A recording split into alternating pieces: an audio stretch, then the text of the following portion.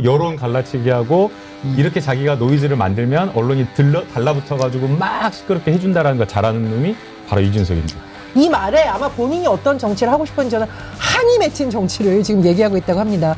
이준석 후보님 이런 하이하나 정치는 좀 그만두는 게 좋지 않을까? 그러면은 이재명하고 해볼만 하지 않겠어? 지금 완전히 찢어진 텐트. 갈팡질팡 왔다 갔다 하는 이 모습을 보이니까 참 아이고 홍준표 답답하라. 왜냐면 저는 이런 거 볼 때마다 그래도 여전히 저 심해요가 제일 싫어요. 이거 지금 다 이런 거 작업하는 게 누굴 것 같으세요? 오히려 지지자들이 빨리 들어가시라고 하고요. 막 시민들이 돌을 던졌는데 나중에 자작극이라는 게 드러났어요. 처음에 선거전 시작하기 전에 빅텐트 이런 얘기들이 많이 나왔죠. 그때 얘기했던 빅텐트는 이재명에 반대하는 사람 다 모여 그렇게 해서 만드는 빅텐트 아니었습니까? 그래서 국민의힘에서 뭐 한덕수를 만들고 거기에다가 지금 뭐 이준석도 단일화하고 이낙연도 합치고 막 이렇게 하면 빅텐트가 되겠지. 그러면은 이재명하고 해볼만 하지 않겠어? 이런 구상을 빅텐트라고 한 거죠. 지금 완전히 찢어진 텐트 됐는데 진짜 빅텐트가 세워지고 있어요. 이재명 후보가 처음 선대위 발족할 때부터 빅텐트가 세워지고 있었죠. 보수 인사들이 다 이렇게 함께 하지 않았습니까? 윤여준 전 환경부 장관 그야말로 보수 쪽의 오랜 인사고 책사 아닙니까? 그리고 이석연 전 법제처장. 이석연 법제처장이야말로 정말 보수 인사죠. MB 때 법제처장 하지 않았습니까? 그런 분들이 함께 와서 선대위 꾸릴 때 야, 이제 민주당이 정말 커지는구나 했는데 이제 본격적인 선거 국면에 들어가니까 또 막 함께 하는 사람들이 많아졌습니다. 김상욱 의원이 민주당에 입당했죠. 어제는 또 깜짝 놀랄 만한 사람이 하나 들어왔어요. 개혁신당의 허은하 전 대표. 이재명 후보가 소개를 했는데 한번 보시죠. 그쪽에서 견디다 버티다 도저히 안 돼서 탈출한 분이 있길래 저희가 모셔왔어요. 허은하! 국민의힘도 개혁신당도 결국 가짜 보수, 가짜 개혁이었습니다. 사실 여기까지 나오는데 너무나 큰 용기가 필요했습니다. 두렵고 많은 고민이 있었습니다. 이재명 후보, 당시 당대표는 사실 제가 반대쪽에 있는 대표임에도 1년 동안 같은 태도와 배려, 그리고 실행력을 보여줬습니다. 저는 그것이 진짜 포용의 리더십이라고 믿습니다.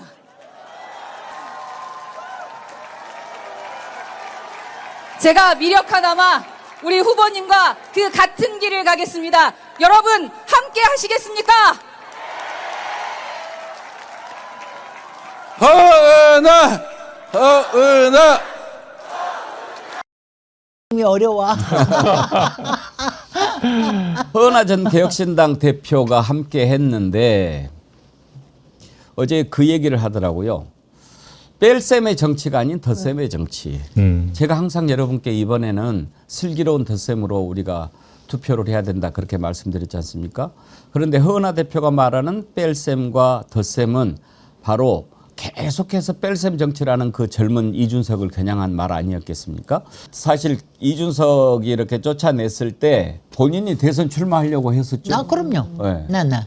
그렇게 해가지고서는 거의 나온다는 얘기하고 저도 막 응원해드리고 그랬는데 그래서 역할을 저거 하고 그랬는데 그런데 결국 잘 선택하셨어요. 벌써 아니 지금 이제 혹시 그 영상을 준비하셨는지 모르겠는데 그 지난 총선 때 그 왜 개혁신당하고 그다음에 이낙연 대표하고 이렇게 합쳐가지고 이렇게 쭉 해가지고 예.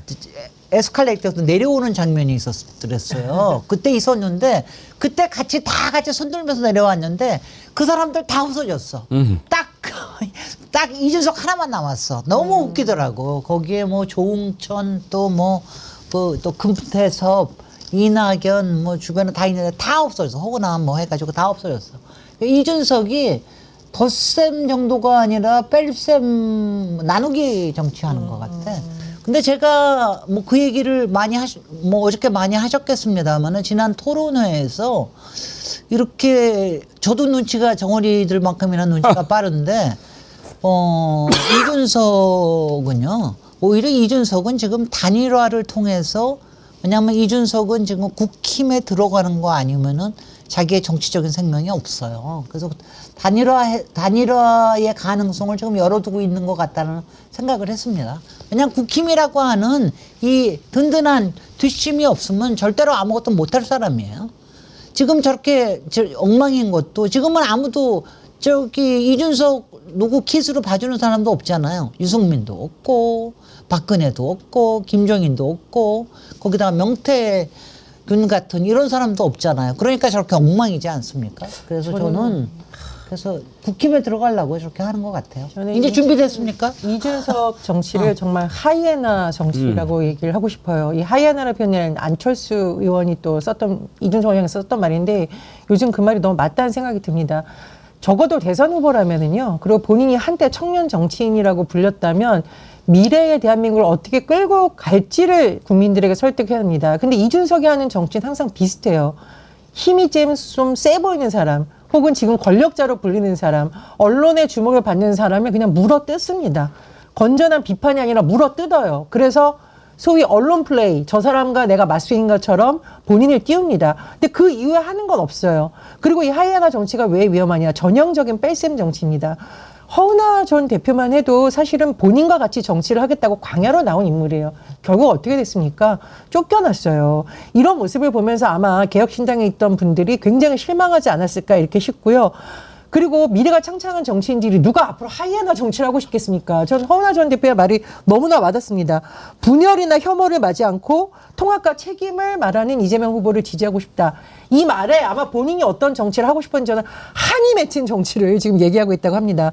이준석 후보님, 지금이라도 한때 본인을 지지했던 사람들을 위해서 이런 하이에나 정치는 좀 그만두는 게 좋지 않을까, 정말 진심에서 조언을 드리고 싶습니다.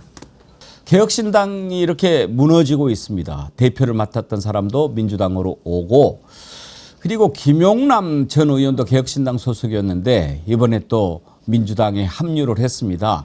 그런데 여러분 눈치 빠른 분들은 아셨겠지만 지난 금요일 날, 원래 김용남 의원이 우리 금요일 패널이잖아요.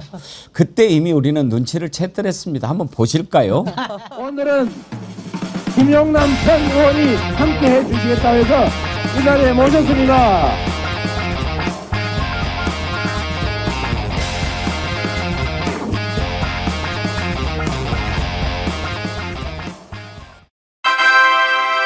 김용남 의원님도 빨리 입당해 주세요. 이런 글이 많이 올라옵니다. 마음은 이쪽으로 와 계신 거 아니에요? 이건 뭐 실제로는? 저 김문수 표현대로 하자면 본인이 선택할 문제니까. 아니, 근데 그 김민석 최고위원이 이미 어제 언론 인터뷰에 또 밝혔지만 지금 이제 두 번째 표현이거든요. 깜짝 놀랄 만한 보수 인사가 입당할 가능성이 있다라고 했기 때문에 아마 말씀은 안 하시는데 여기 안에 있을 수도 있어요. 그 사람이 이재명이라고 저는 확신하기 때문에 저의 한 표는 이재명 후보의 것입니다, 여러분. 예. 저렇게 영상을 편집해서 보내주신 정어리 서포터즈님 감사합니다. 앞으로 또 계속 기대하겠습니다. 지난번에는 홍사모도 네.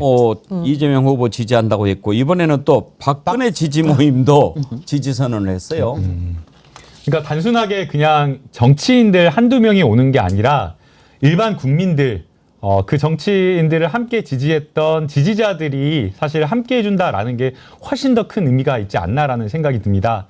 어떤 특정 정치인들을 후원하고 지지한다라고 하는 것은 그 정치인이 가는 길, 그리고 그 정치인이 하고자 하는 일에 사실 동의하신 분들이 함께 하시는 건데요. 얼마나 큰 마음으로 그동안 오랫동안 함께 했겠습니까? 근데 그 마음을 접고 그래서 정치인에 대한 그 마음을 다른 후보에게, 그것도 이재명 후보와 함께 하겠다라고 하면서 지지 선언하고 또 기자회견하고 이런 것 자체가 굉장히 크다라고 생각이 되고요. 이게 곳곳에서 일어나고 있는데요. 대구 경북뿐만 아니라 홍사모 또 경기도에서는 국민의힘 대학생 위원회에서 함께했던 친구들이 이게 국민의힘은 보수의 길이 아니다라고 하면서 엊그저께 며칠 전에, 이틀 전이었나요? 경기도당에서 또 입당식을 또 함께했습니다. 그래서 정말 이러한 어떤 큰 빅텐트가 쳐지는 이유는 가장 첫 번째는 후보가 진정성 있게 통합과 책임의 길을 좀 보여주고 있다라고 생각하고요. 지금 사실 어떻게 보면 앞서가고 있고 여유로운 어떤 상황인데도 불구하고 이재명 후보가 절박하고 간절한 마음으로 마지막까지 진짜 통합의 길을 가겠다. 원칙 있는 승리를 하겠다. 압도적인 승리를 하겠다라고 하면서 정말 내란 세력, 내란 척결하고 탄핵에 찬성했던 그런 사람들과 함께 하겠다라고 하면서 한 사람 한 사람 찾아 나서는 이 모습 때문에 많은 분들이 함께 하는 것 아닌가 생각이 들고요. 후보가 이렇게 많은 분들을 이렇게 중앙에서 지역에서 불러 모으듯이 저희도 선거가 아직 끝난 게 아니거든요. 예, 그래서 주변에 있는 중도에 있는 사람들 또 국민의힘 주저주저 하는 분들을 한 명이라도 더 설득해가지고 이재명 후보를 찍어달라고 노력을 해야 될 것 같습니다. 저는 이 홍사모, 박사모를 보면서 세 가지가 깨지고 있다고 생각합니다. 한국 정치의 세 가지의 고질적인 문제가 색깔론, 지역주의, 진영 논리잖아요. 그런데 사실 홍사모, 박사모, 특히 이제 박사모 같은 경우에는 박근혜 전 대통령을 지지했던 핵심 가치가 안 보이거든요. 민주당 저쪽은 빨갱이야. 이라는 이제 프레임이 완전히 없어지고 있다는 생각이 들고요. 홍준표 전 시장 지지했던 분들은 아무래도 대구, 경북이나 부산, 경남을 중심으로 지역에 대한 것, 지역 특유의 보수주의가 있었는데 이 지역주의도 이미 깨지고 있다고 생각이 듭니다.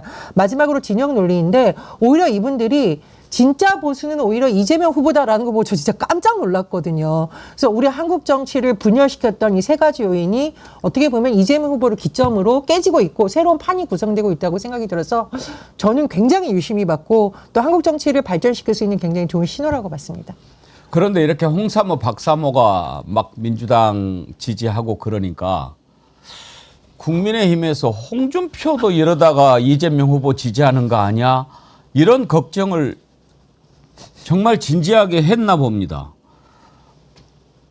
홍준표 이 양반은 이렇게 보면 완전히 정말 늙은 영감 삐쳐가지고 뭐 이렇게 해가지고 막 찾아와서 빌빌 짜고 뭐 울어대고 그러면 알았어 꼭 이렇게 하는 것 같이 왜 그렇게 추해요?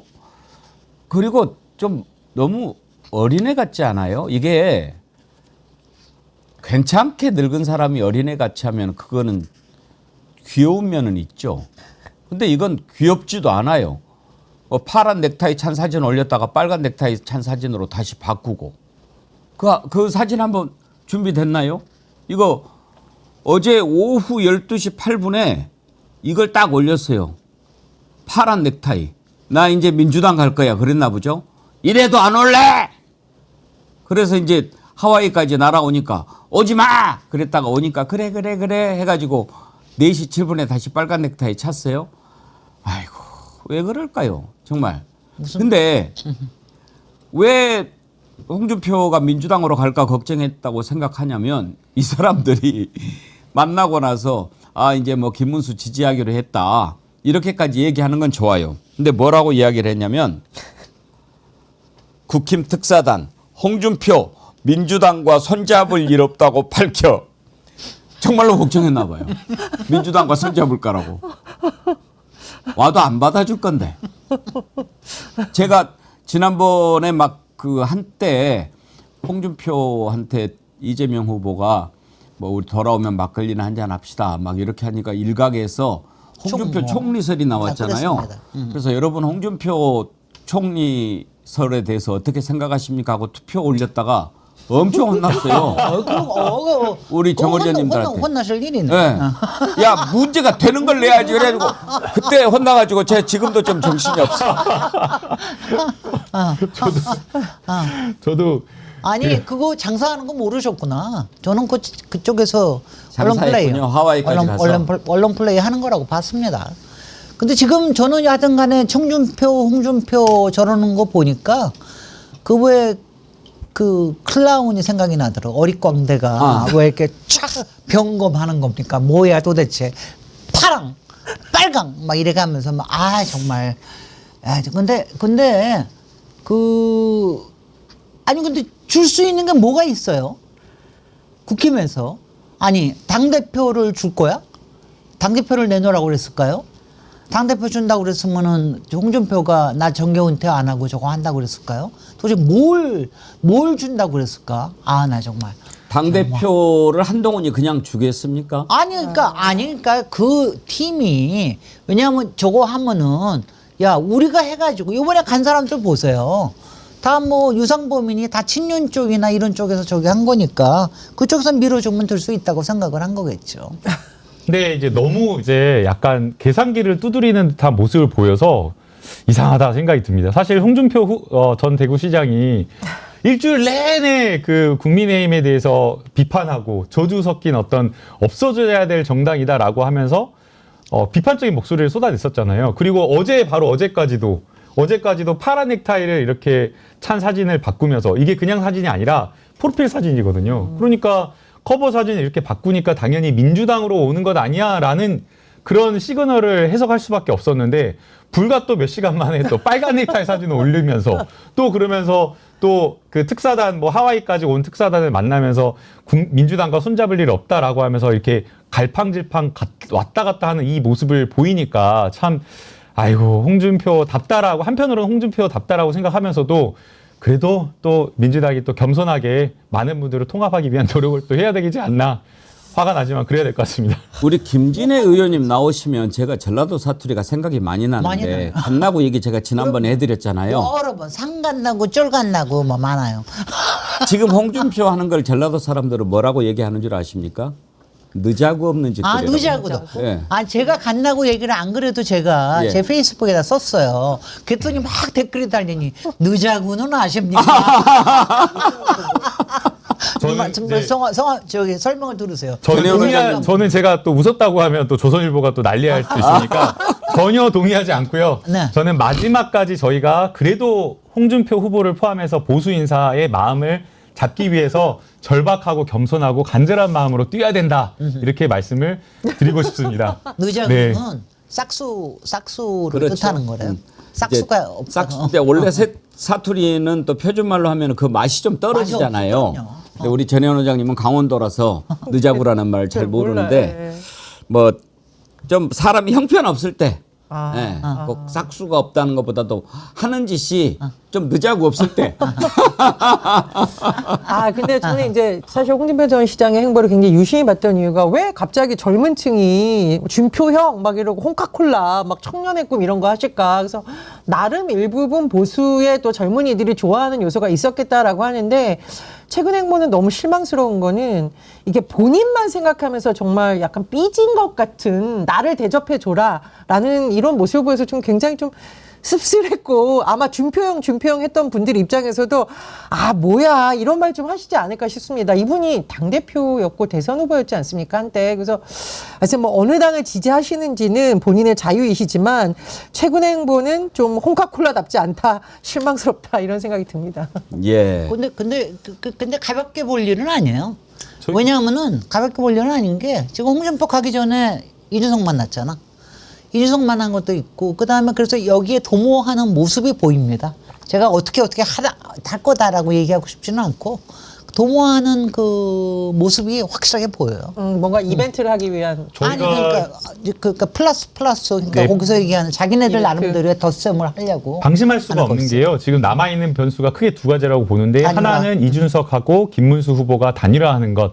그다음에 이제 두 번째는 홍준표 후보가 저렇게 토라졌다가 다시 이제 국민의힘으로 가가지고 통합 행보에 힘을 실어주는 거죠. 두 가지 정도인데요. 또 그 과정에서 홍준표 후보가 역할을 또 할 수도 있는 거거든요. 왜냐하면 이준석 후보하고 굉장히 가까운 사이로 알려져 있고 또 역시나 김문수 후보와도 사이가 나쁘지 않기 때문에 그런 두 가지 변수가 있기 때문에 저희가 마지막까지 좀 방심할 수는 없는 그런 상황인 것 그러니까 같습니다. 이거는 삼각 텐트는 정확히 쳐줄 수가 있거든요. 그리고 이게 어디를 근거로 합니까? 다 DK를 근거로 하는 거 아니에요. 그러니까 지금 가장 움직이고 있는 데가 그쪽이 표심이기 때문에 그렇게 할 가능성이 상당히 농후하다고 저는 생각을 합니다. 그러면서 이준석한테도 뭐 하나 주고 그다음에 홍준표한테도 뭐 하나 줘가지고 하려고 하는 왜냐하면 저는 이런 걸 볼 때마다 그래도 여전히 저 심혜호가 제일 싫어요.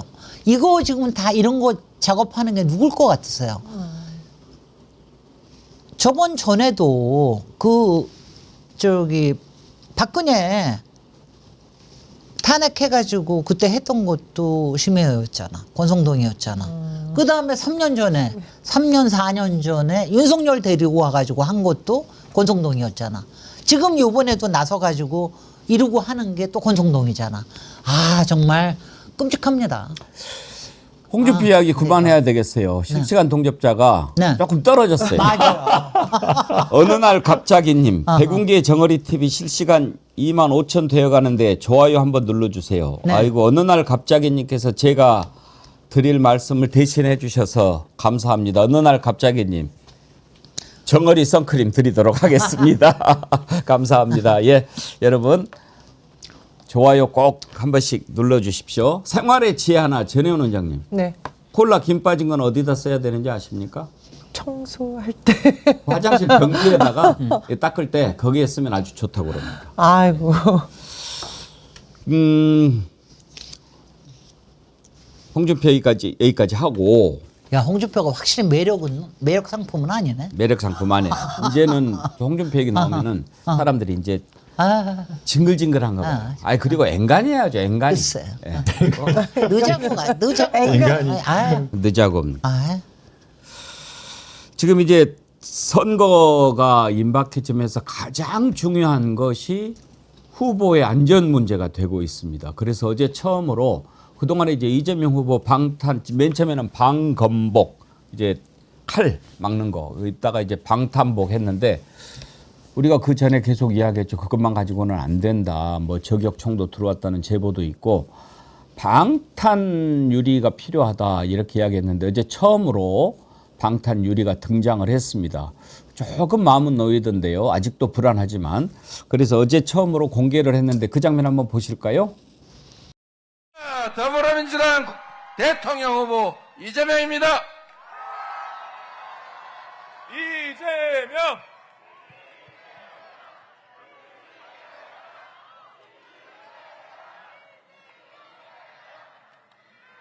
여기가 후보님 들어오시라고 지금 이걸 후보님 안쪽에 계시는 게 더욱더 좋을 것 같아요. 네.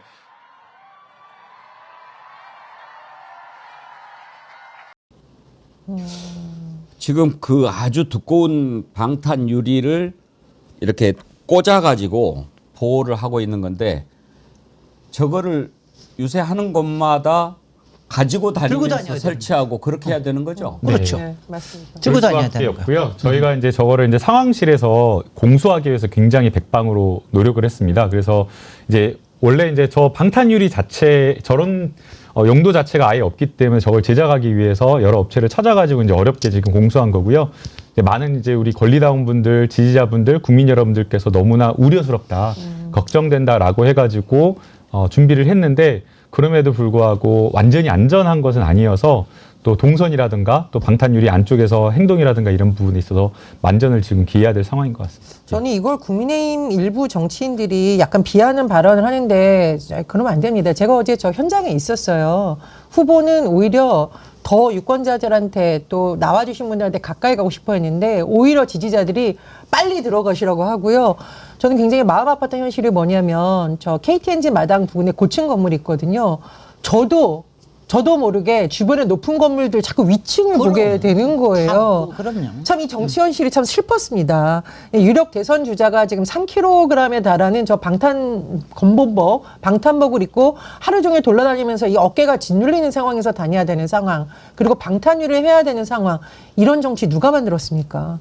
그런 분열과 혐오를 증오시키는 분들은 좀 반성해야 되고, 참고로 이게 과연 이재명 후보만의 안전의 문제이겠습니까? 이런 정치가 확산되면 국민의힘 정치인들도 그런 대상이 될 수 있고, 실제로 배현진 의원이 다칠 뻔했었잖아요. 크게 다쳤죠. 네, 머리를 이렇게 크게 가격당하는 일이 있었습니다. 그래서 이거는 뭐 국민의힘이 민주당을 비난할 일이 아니라 다 같이 우리가 좀 이런 문화를 근절하는데 한 목소리를 내야 되지, 이것마저 비난하는 건 저는 도를 넘었다고 봅니다. 아니 그리고 이거는 뭐 꼭 영화적 상상력뿐만이 아니라 솔직히 지금 내란 수계가 저렇게 돌아다니고 있고, 그러니까요. 주기현이가 여전히 나와가지고 소맥 마시고 다니고 있다고 그러고 있고, 그러니까 지금 이게요 타이밍으로 보잖아요. 그러면 오늘부터 해외 재외국민 선거가 시작이 되는데 오늘은 아니에요.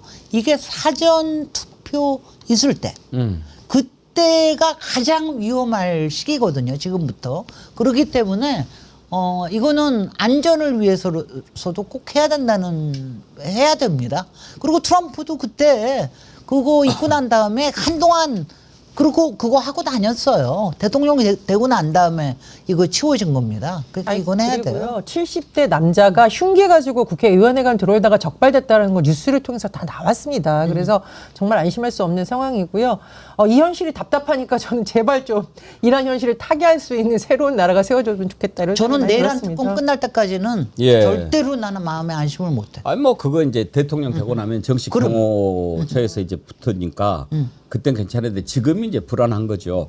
윤희 JJ님 어제 용산 유세 현장 다녀왔는데 방탄 유리를 보니까 안심이 되면서도 어쩌다 이런 세상이 되었는지 참 씁쓸하더라고요. 좋은 나라 빨리 만듭시다 그러셨고요. 조수님 지금 의정부에서 하고 있는데 어제보다는 더 안전하게 해놨어요. 그러셨군요. 의정부에서 어제 저렇게 이재명 후보 방탄 유리 이렇게 이제 보호하는 모습을 보고 아침에 어떤 분이 재미있는 연락을 해오셨어요. 형님, 그러니까 저한테 형님이라고 부르는 사람인데 오늘 아침 YTN 뉴스에서 앵커가 이재명 후보 방탄 유리를 설명하면서 노태우 대통령 때부터 사용했다고 하는데 사실은 87년 대선 때 우리가 먼저 사용했습니다. 이렇게 하면서 사진을 보내왔습니다. 이분이 누구냐면 예. 김대중 대통령 그 수행실장을 했던 김경철 선생인데 대박. 87년 대선 때 어떤 식으로 김대중 후보를 보호했는지 사진을 보내왔습니다. 한번 그래요? 보실까요? 예. 와, 역사 예. 자료가 있군요. 이게 저게 뭐야? 보십시오. 저게 방탄 사람이 유리를 들고 있어요. 저 때도 정말 걱정을 했거든요. 그래가지고 지금 저 한 가운데 앉아 있는 사람이 예. 김경철 선생인데 와. 수행실장. 저건 뭐냐면 돌이 날라와도 내가 맞겠다. 야. 네. 총이 날아와도 내가 맞고 죽겠다. 네. 이런 각오로 지금 있는 거예요. 자, 야. 그리고 막 저쪽에서 막 지금 맨 오른쪽에 김옥두 의원 보이죠? 네. 그쪽을 막 쳐다보는데 저거 이제 저렇게 경고를 하고 있는 겁니다. 네. 저런 모습을 이렇게 딱 보여줬어요. 그래서 우리가 방탄유리 원조입니다. 그러고요. 한 장 더 있어요. 이때도 저렇게 딱 가운데 앉고 후보가 이렇게 연설하는데 양쪽에서 네. 손을 이렇게 지금 저 화면 오른쪽에 들고 있는 것은 이제 방기섭 씨라고 지금은 고인이 되셨는데 예. 그때 또 김대중 후보를 수행을 했던 분입니다. 아이고, 저렇게 세상에. 유리를 딱 들고 보호했던 귀한 사진을 이렇게 보내줬는데 역사적 자료네요. 역사적 자료죠. 네. 김경철 선생 고맙습니다. 와, 정말 예. 감사합니다. 네. 제가 오늘 시간이 되면 전화 연결을 한번 해보려고 그랬는데 어디 기차를 타고 여행 중이라서 저렇게 보내준 사진 하는데 참 저 사진 보니까 정말 그때는 뭐 전혀 몰랐네. 예 그때는요. 저렇게 막았어요. 아, 진짜 눈물 나요. 진짜 눈물 나요. 아, 세상 그때도 지금 생각하면은 마음에 애타는 마음은 말할 것도 없어. 예. 선상님 그러면서 정말 사람도 그랬거든요. 저 때는 더 김대중 대통령을 빨갱이라고 막 공격하면서 막 몰아가면서 진짜 테러가 너무 많았을 때 시절이잖아요. 아니, 제가 아는 의원님 중에 실제 돌 맞은 분이 있습니다. 아이고. 추미애 의원님. 대구 경북 가서 김대중 대통령 후보 유세하다가 실제로 돌 맞았다는 얘기를 제가 직접 들었어요. 예, 예. 뭐 그런 상황이 다시 안 나오길 바랍니다. 근데 이제 노태우 때 왜 나왔다 이렇게 처음 나왔다 그런 얘기가 나오냐면은요. 노태우가 일부러 유도를 했죠. 김진애 의원님 혹시 가서. 기억하실지 저는 그때 모르겠습니다. 광주 가서. 몰랐습니다. 몰랐습니다. 광주역 맞아요. 앞에 와서 이제 맞아요. 유세를 했어요. 네. 그랬는데 막 시민들이 돌을 던졌는데 나중에 자작극이라는 게 드러났어요. 아, 그러니까 동정표 받으려고. 동정표가 아니고 대구 지역 TK를 완전 결집시킨 거죠. 결집시키려고. 예. 그렇게 해가지고 노태우가 호남에서 돌팔 매질을 당했다. 맞아요. 야. 그러니까 이제 맞아요. 영남 쪽에서 우와 하면서 모여든 거죠. 네. 그런 식으로 하는 거예요. 그 저는 그 몇 가지 에피소드가 있는데 정형근 의원이라고 안기부 기조실장 출신 국회의원이 있어요. 예, 예, 있습니다. 이 사람이 제가 그때 무슨 뭐 취재를 이렇게 갔는데 국회에서 가만히 이렇게 있다가 우리 KBS 취재진이 딱 들어가니까 갑자기 갑자기 지역 감정을 조장하는 발언을 막 하는 거예요. 그래서 우리는 이 사람 지역 감정 조장하는 발언을 하네 이렇게 해서 열심히 취재해가지고 방송을 했는데 당한 거지. 그 지역 감정 조장 발언을 하면서 자기가 반사적인 이익을 받는 거예요. 그쪽 지역 표를 만드는. 우리가 완전히 국정원 안기부 그때 당시는 안기부죠. 그런 정보 조작꾼들한테 당하는 거란 말이에요. 요새는 그런 걸 좀 알지만 그때는 그런 건 몰랐죠. 순진하게 전 당한 거죠. 그거 잘하는 전문가가 누군지 아십니까? 이준석입니다. 이준석. 갈라치기하고 여론 갈라치기하고 언론의 스포트라이트 받으면서 언론이 이렇게 하면 기사를 쓴다. 이렇게 자기가 노이즈를 만들면 언론이 달라붙어가지고 막 시끄럽게 해준다라는 걸 잘하는 놈이 바로 이준석입니다. 근데 이준석 끝났어요. 이제. 정영근 의원 이자는요. 제가 취재를 하러 방에 가잖아요. 대화가 어려울 정도로 우리가 나누는 대화보다 더 크게 라디오를 틀어놔요. 그러니까 맨날 도청만 하는 놈은 자기도 항상 도청 당한다고 생각하기 때문에 라디오를 크게 틀어놔가지고 무슨 말 하는지 잘 못 알아듣게끔 해요. 그런 식으로 하고 또 한 가지는 또 어떤 분이 이제 대선이 다가오니까 너무 걱정이 되는가 봐요. 저한테 이제 호남에 계시는 분인데 전화해가지고 앵커님 이번에요 호남 지역 분들은 사전 투표 좀 하지 마라고 얘기해 주시면 어떻겠습니까? 그러는 거예요. 그래서 왜요? 그랬더니 지난번에요 호남에서 사전 투표율이 너무 높게 나와가지고 그냥 마지막에 본 투표에서 영남이 결집하는 바람에 우리가 아깝게 0.7%로 지지 않았습니까? 그러니까 이번에는 사전투표를 적게 해가지고 좀 느슨하게 해야 되지 않겠습니까? 또 이런 걱정까지 하는 분이 계시더라고요.